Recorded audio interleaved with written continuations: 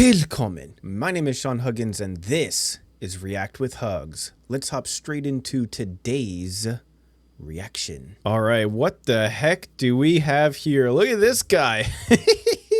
Today we're going to be checking out the UNIMOG, which I just learned what the UNIMOG was like a week or two ago, and I was just kind of introduced to it. But this video is a little bit longer, so we're gonna have more time to see what's the deal with this UNIMOG thing. Apparently it's like the ultimate off-road vehicle or something. I don't know. You guys seem to love it, so we're gonna be checking it out again. I mean, I definitely loved it the first time that I saw it, and we're gonna be checking it out some more in depth this time. So let's just waste no time and hop straight into it. As always, thank you guys for being here. Feel free to like, subscribe, leave your mustard down in the comments, all that good stuff. But enough talk. Los gates. Oh, dude. The first 2 seconds of the video, it's completely upright. Dude, going through the water and everything. Okay, this is crazy already. Whether you're driving through a bog or over a log or up a mountain in the fog, in the mud, yo, what the frick is this? Fog or up a mountain. Yo, Avengers Assemble of the Unimogs. What the heck? Dude, they have one for everything. Yo. Dude, you can like customize it to do whatever you want. Yo, this is way cooler than I thought already. Okay, let's continue. Mountain, in the fog, in the mud like a hog. Whoa. In the desert dude, for your long military?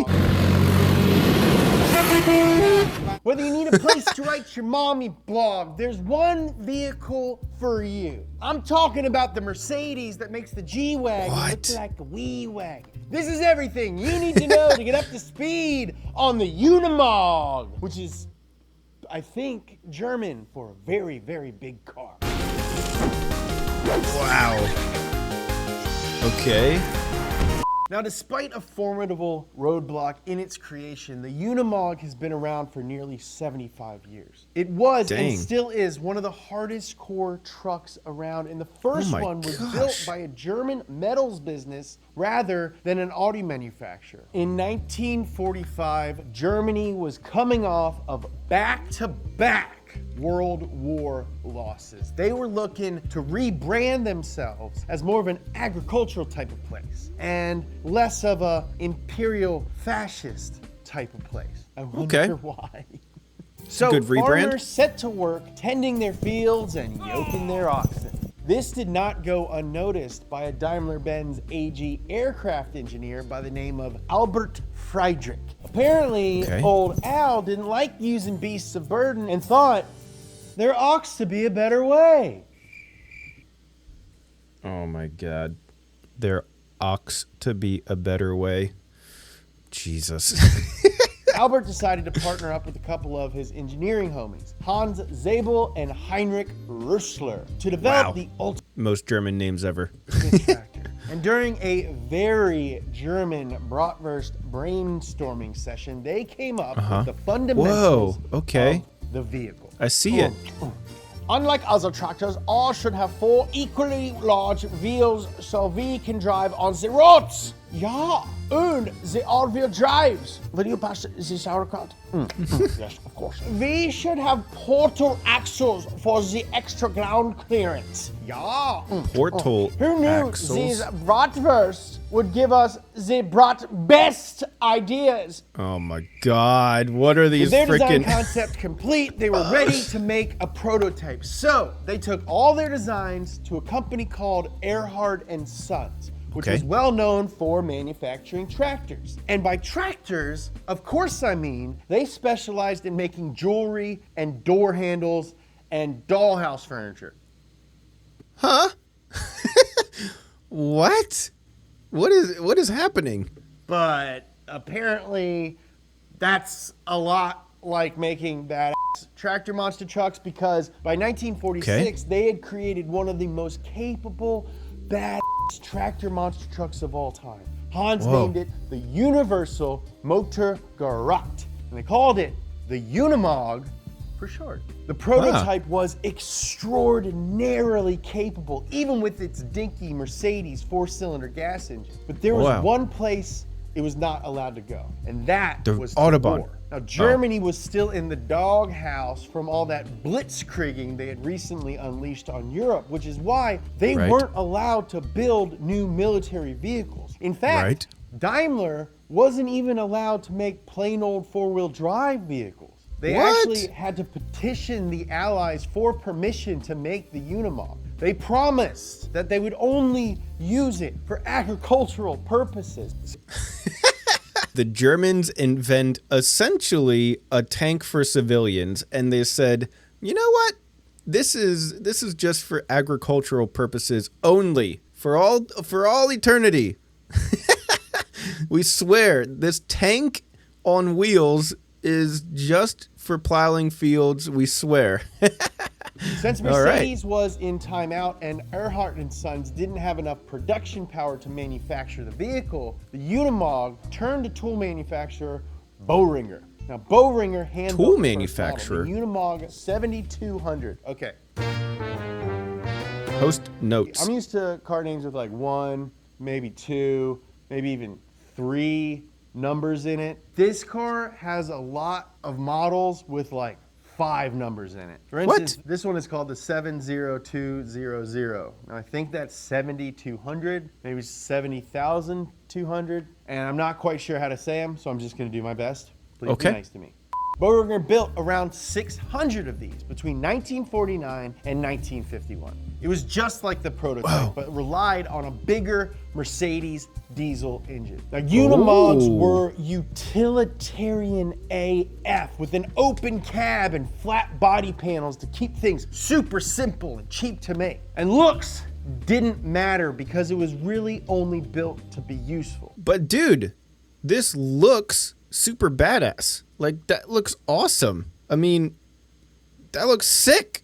What do you mean? They were designed to replace an ox, which is probably why the badge for the first Unimogs was a U-shaped ox head. Despite best efforts to keep Germany from making military vehicles, the Unimog was a military darling from the beginning. Duh. The high demand for the do-it-all vehicle resulted in Daimler-Benz taking over production in 1951. Seems like this may have been the plan all along. In 1955, Daimler created the Big Daddy 404. Some of the other big developments were that it could be had with a steel cab and a straight 6 gas engine. It was basically a school bus with insane climbing ability, a breakover axle, and ramp angle. Whoa! Watch out, cameraman!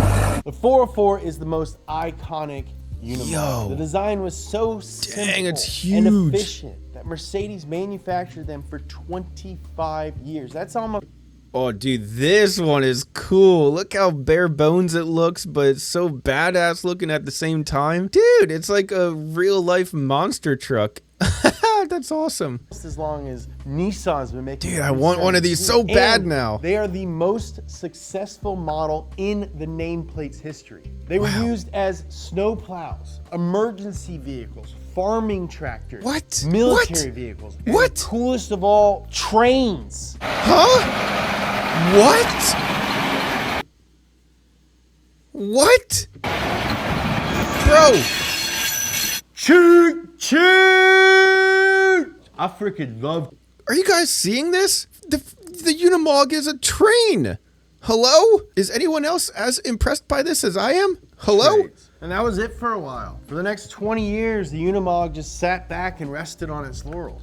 And while Daimler developed new models like the 406 medium-sized truck, they were really just variants of the 404. Why reinvent the enormous wheel? Yeah.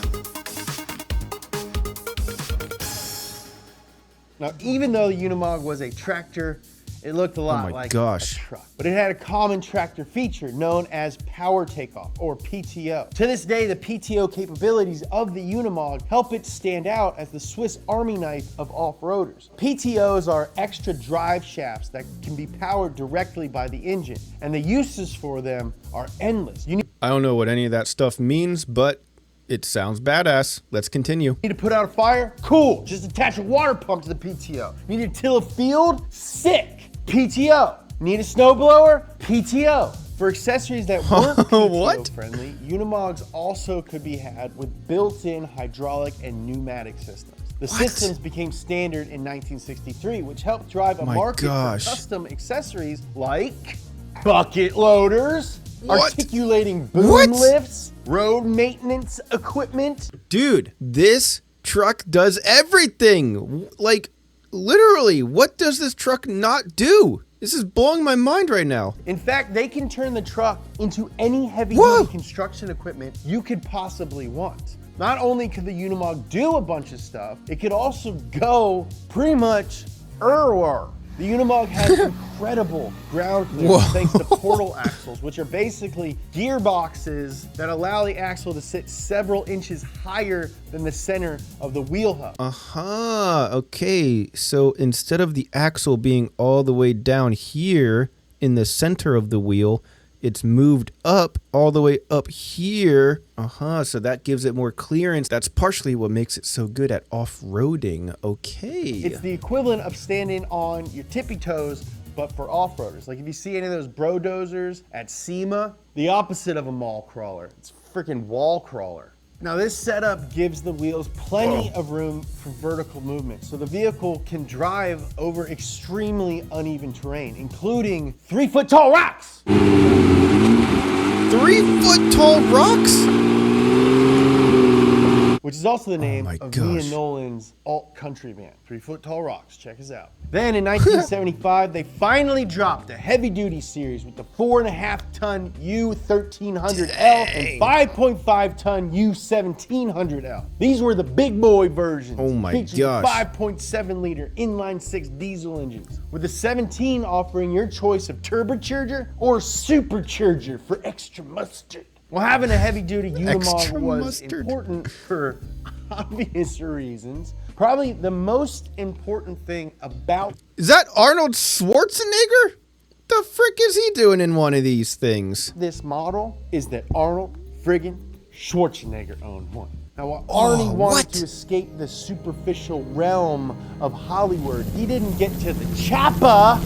No. He got himself a 1977 1300L Unimog. And guess what? It made him look small. And then came the mid-90s, which saw the creation of the light model 408 and my favorite model, the Fun Mog. The Fun Mog was a luxury version of the 408 with chrome everything. The Fun Mog. Dude, it's like the ultimate badass off-roading utility vehicle that can be changed into anything, and they're like, we need to make it luxury. What? Oh, dang. I mean, it looks cool, I guess. It looks like a weird fire truck. Leather interior and a sound system. Oddly, though, the Fun Mog deleted the hydraulic system, so it's basically a golf cart with crazy ground clearance. If I had a Fun Mog, man, I'd just drive right up red carpet of the Oscars. I'd be like, hey, what's up, Lizzie Lohan? You left all your sunglasses at my house. You want them back? So, okay, I'll meet you at the Vanity Fair after party. Lindsay Lohan, huh?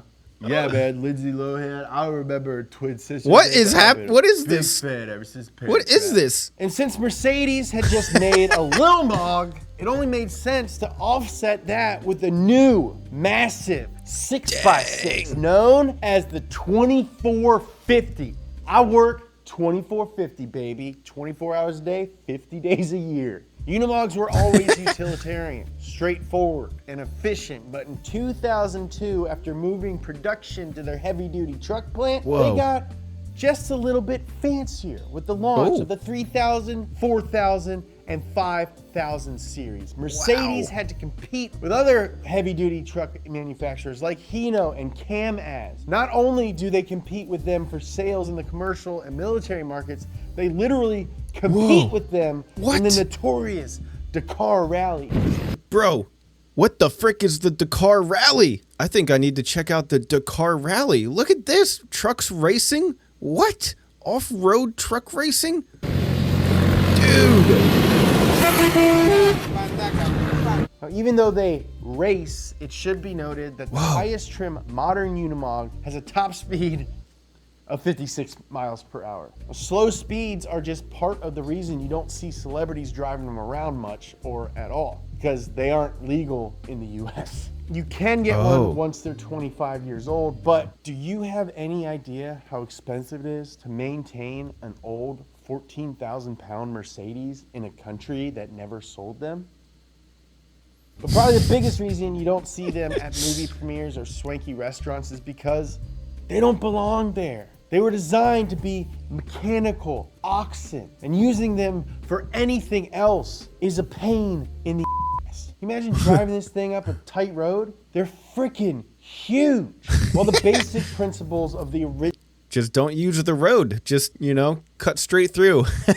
original 1946 UNIMOG have stayed the same throughout its history. Technology has definitely helped make it much more capable. In the process of installing emergency radios on the second highest volcano in the world in Chile, a pair of UNIMOGs just set the record for reaching the highest altitude a wheeled vehicle has ever gone at 21,961 feet. That's 6,694 meters for our friends that live anywhere besides the US. Whether it's self-inflating tires, special rock crawling gearing, or a steering wheel that can be moved from the right to left-hand drive with the push of a lever, UNIMOGs are still one of the most versatile vehicles ever created to go anywhere and do anything.